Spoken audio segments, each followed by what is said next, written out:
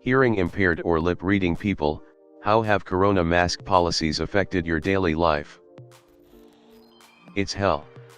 When asking people to speak louder, they usually end up really yelling. I'm not hearing impaired, but my boss mumbles. I can't understand a damn thing he says with a mask on. Thank God we don't wear them during Zoom meetings, or I'd have no idea what's going on. I don't need a mask to not understand what's going on in half the meetings I'm invited to. Usually in meetings what I don't understand is why I am there at all. I'm in the military and I ended up being in a tank commander meeting and commanding a tank during a training exercise. I am not remotely close to a tank commander. I was just there to ask my friend where he put my water bottle. Thank you Anams for the kind awards. They're my first ones and I'm surprised people like this comment, lol. So where was the water bottle? He put it on top of a quadcon which some SGT moved to a group of other water bottles which some LCPL was tasked out by a CPL to move and organize across the ramp, the parking lot/garage we have for tanks. Just finished watching a really immersive movie set in the 50s to 60s and was about to ask you how Vietnam was like until I snapped out of that mindset, ha ha ha. I actually did fight in Vietnam. Was on vacation and some kid kept yelling cock-a-dau at me, so we threw hands. What does that mean? I had a similar thing happen to me. I was trying to find someone for some reason but ended up getting tasked to moving a Bradley to a different lot. Ignoring that I had never driven nor was licensed to drive a Bradley. It's just like driving a car, they said.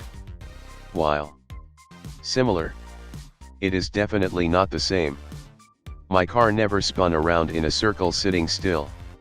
We were doing joint training with a sibling unit out in Pendleton a while back and some idiot from the unit who was supposed to be out HMMWV driver got super excited as soon as he saw the 240 turret, which I was assigned to, hopped up there and refused to get out, forcing me to drive, and once it turned dark during the convoy I went to turn on the lights and ended up killing the HMMWV mid-convoy.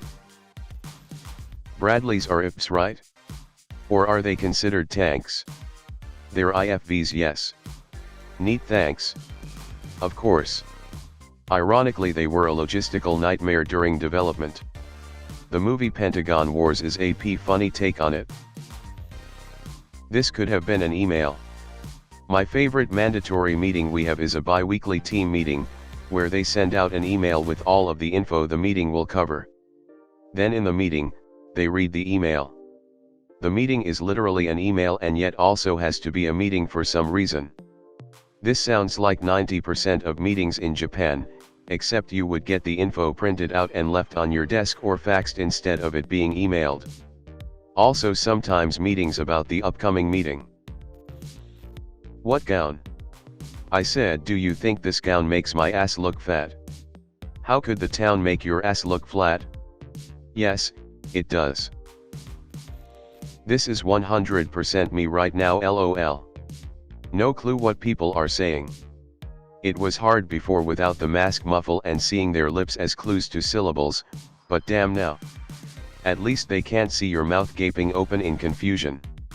Just squint your eyes in an approximation of a mask smile, slap your thigh or the table as an exclamation point, and walk away with a wave in their direction. Hey, I heard Joe's sister died last week, do you think we should send him a card or something? Smiles, slaps knee, and walks away. When my twin cousins were babies they used to have full-on conversations that sounded like this. However, I'm quite convinced they understood their shit quite clearly. They would nod, and then scoot off together as though they had just made a plan. To this day, they have some made-up words they use with each other, and it's not as though they need to use these words. They are both very bright and have vocabularies capable of relaying whatever it is they want to say without using gibberish. I am pretty certain twins are notorious for creating their own personal languages. Indeed, it is a sign of respect between the good twin and the evil twin. The truth is always in the comments. Yep, twin speak is a thing. It's been said that quite often twins at a very very young age will develop a secret language between themselves that stems from baby gibberish. Yup, my younger twin siblings did this too. Except they would often get into heated arguments in fluent gibberish. It was absolutely hysterical. Like this. Great. I just watched twin baby videos for an hour. I also watch TV with closed captioning. This. So I don't have to say annoyingly, what did he just say? Yeah, and that way the volume during an action scene in a movie isn't ear-splittingly loud while I can still barely understand the main characters during the quiet bits. Movies spend millions of dollars on CGI but can't spend $10 on a Quiznos gift card to give to the sound guy's son to try and balance the audio a bit. Like, I get it, whispers are supposed to be quiet and car crashes are supposed to be loud, but come on man, I'm not trying to get tinnitus because I want to know what the dialogue is. Well, you might be more hearing impaired than you realized. I'm another person than who you wrote that to, but I relied so heavily on lip reading.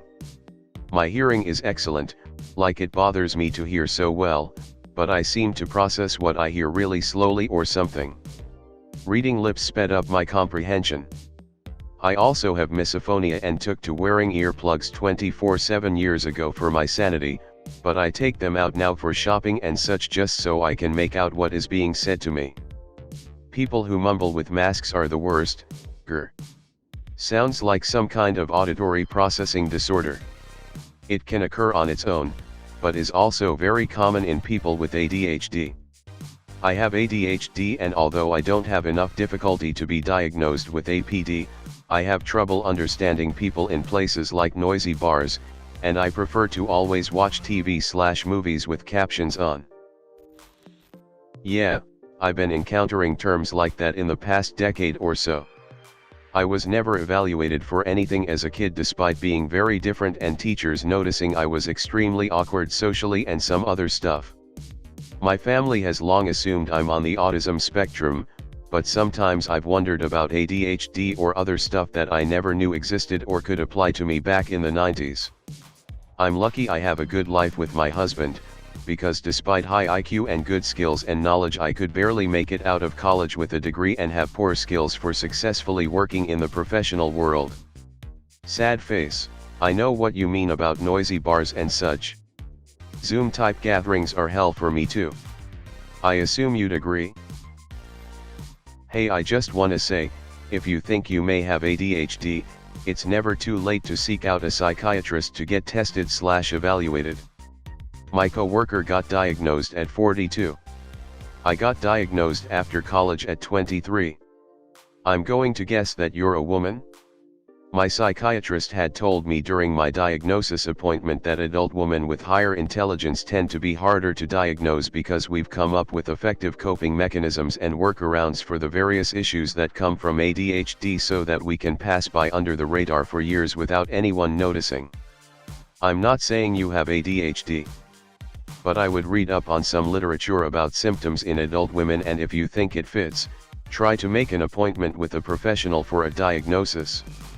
It can be hard to get an appointment, referrals, wait times depending on where you are, and even after you have an appointment, it can be hard to find a doctor that actually believes in ADHD and adults that have it without being diagnosed as children. But if you do get a correct diagnosis, it is really life-changing. A note about doctors for diagnosis and treatment though, I believe any level of mental health professional can administer a test, like actual paper test, if that's how they do it at that location, but I think only a psychiatrist or psychologist can do an eval by conversation to reach a diagnosis. It's also best to seek out a professional that specializes in ADHD, or even better, adults with ADHD. Then if you get diagnosed, you have to see a psychiatrist for medication. Therapists and psychologists cannot prescribe medication. If you do get medicated, in the US at least, you have to go back for follow-up appointments every 3 months, and the regulations around getting ADHD meds are pretty strict because of abuse, so be aware of prior authorizations via insurance and when your RX runs out because you cannot fill it early for basically any reason. If you have any questions or just want to chat, feel free to send me a message. Sign languages without facial expressions, it's not as useful as with, and just emphasize them with eyes, it's not enough. I'm a sign language interpreter and me, like all my colleagues, always end up with increase the distance and pull down the face mask. There's no other way. With the mask up, it's as if a part of the grammatical structure of the language is missing, and therefore there would still be a flaw in the communication. Yes. I've been learning BSL for years, and facial expressions play a huge part in tone and emphasis. Lip pattern and shape is another aspect that's really challenging to do without. I wish more people knew this, as it's a huge part of D/deaf culture and communication. What's the difference in deaf culture and deaf culture? Generalized, but you get the point. Big D deaf people are those who are born deaf or experience hearing loss before spoken language is acquired, and regard their deafness as part of their identity and culture rather than as a disability. They form the deaf community and are predominantly British Sign Language, BSL, users. Small d deaf people are those who have become deaf and or hard of hearing in later life, after they have acquired a spoken language, and so identify themselves with the hearing community. Small d deaf people are more likely to use hearing aids and develop lip reading skills. That said, with today's technology and medical advances and mainstream society being so ableist, there are a lot of big D deaf people using hearing aids, speak well, and lip read. Edit, TL, DR. Big D deaf is a cultural identity. Little d deaf is a biological/physiological identification. I'm a little hard of hearing but can function easy enough in a quiet room. I've never identified in any way as deaf, so it's been a mostly foreign culture to me. Unrelated to my hearing, I've spent a very limited amount of time with gatherings within the deaf community, and it was only after several months that it was explained to me that facial expressions were important in signing. I have learned some signs from interpreter friends, watched a few hours of ASL vids, and it never came up until I mentioned to a friend that I couldn't tell what a person was signing, but by the look on their face, they seemed really frustrated. Then the subject came up. I've guessed facial expressions are just such a core part of ASL communication that it's assumed to be known. Like for hearing people, we teach our kids to speak but don't necessarily teach them about how to position their tongues to form some words. We just repeat a word enough that they catch on. Just a guess though, and I'd love more explanation. I wear hearing aids, and even then sometimes it's hard to get people. But I'll usually say that I wear them and they will make an effort to speak up or speak more clearly. What sucks ass is hearing aids, masks, and glasses day. My ears are like WTF bruh. Or the damn string gets twisted in my hearing aid, and when I pull the mask off it'll take then hearing aid with it. Then I'm like, oh fuck, these things are not cheap at all. Edit, thank you for your suggestions and advice. Since it's getting colder, I'm gonna probably go for a scarf mask. There's a few folks that offered to make something specialized for the ear savers, and just reminds me that we're not so different and still know how to show some love to one another. If anyone would like to offer to make some for anyone who might need one, I'm happy to help contribute towards materials costs. Let me know if you want to do it and I'll add your name here later. Yeah, my dad threw out a hearing aid with a mask one day, figured it out and found it. He now uses the behind the head kind, not the ear loop kind. I've been trying to get my dad to get his ears tested and get a hearing aid for years. He's just so stubborn, and it's incredibly frustrating having to repeat yourself all the time. My mom eventually convinced my dad to get hearing aids, and he absolutely loves them now. He actually hears everything and doesn't have to just pretend to have heard you. He even got ones that have Bluetooth so he can connect them to his phone or the TV. It's kinda strange, but I think the technology of them helped convince him they were cool. He did point out, however, that during the first few weeks he was going nuts with all the noises he wasn't used to hearing: clocks ticking, their dog's nails on the hardwood floor, birds outside, the house creaking, etc.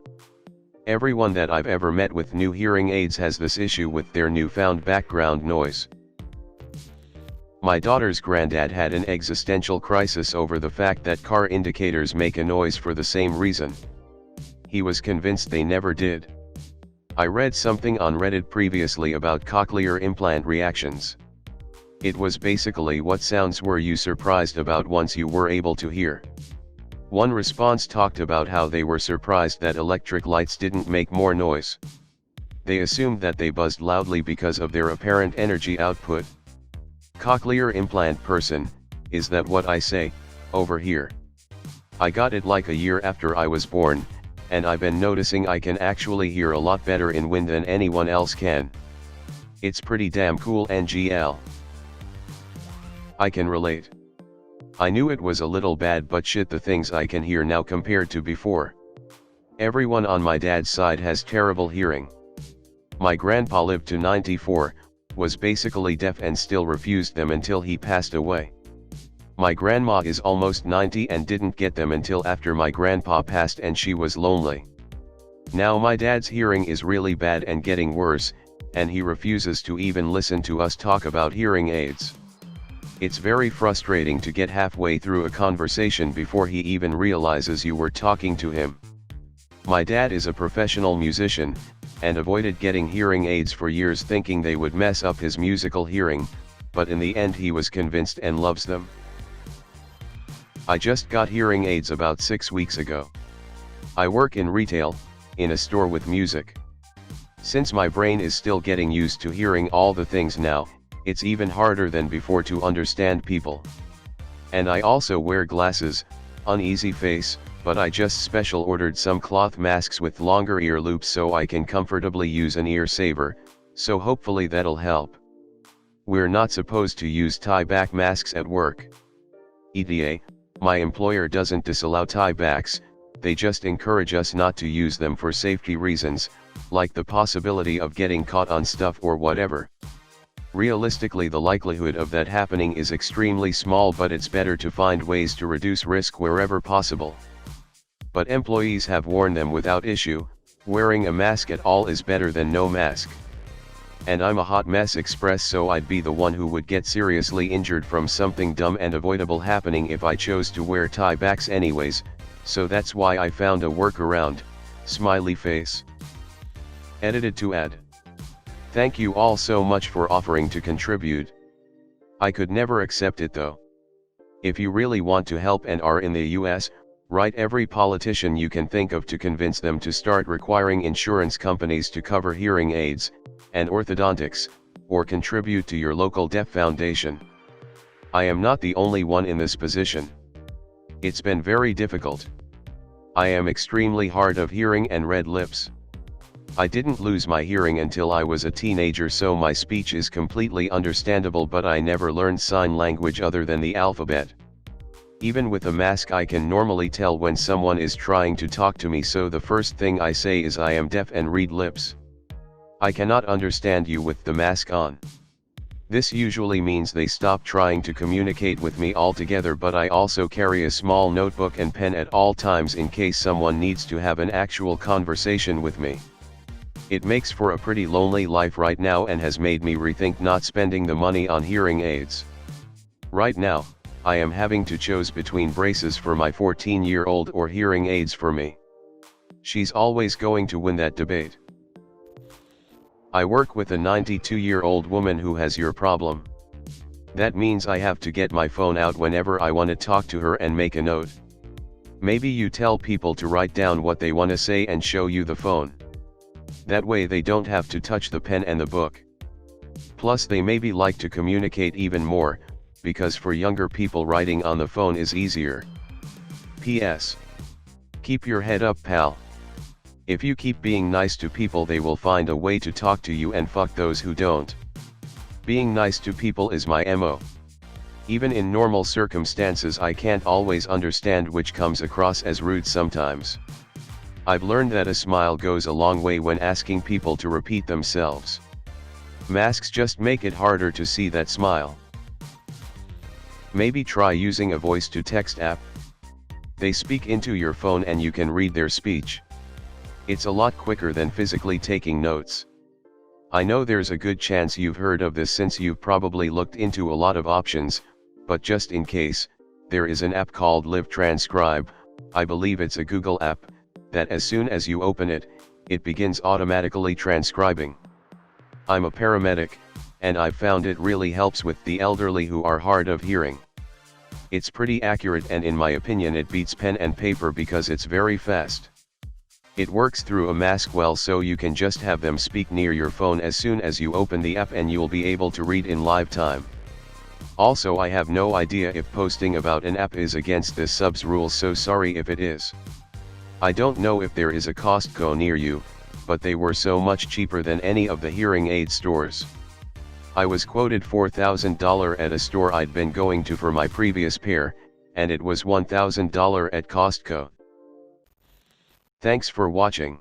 Don't forget to like, subscribe and comment Reddit Story Time for more Reddit stories.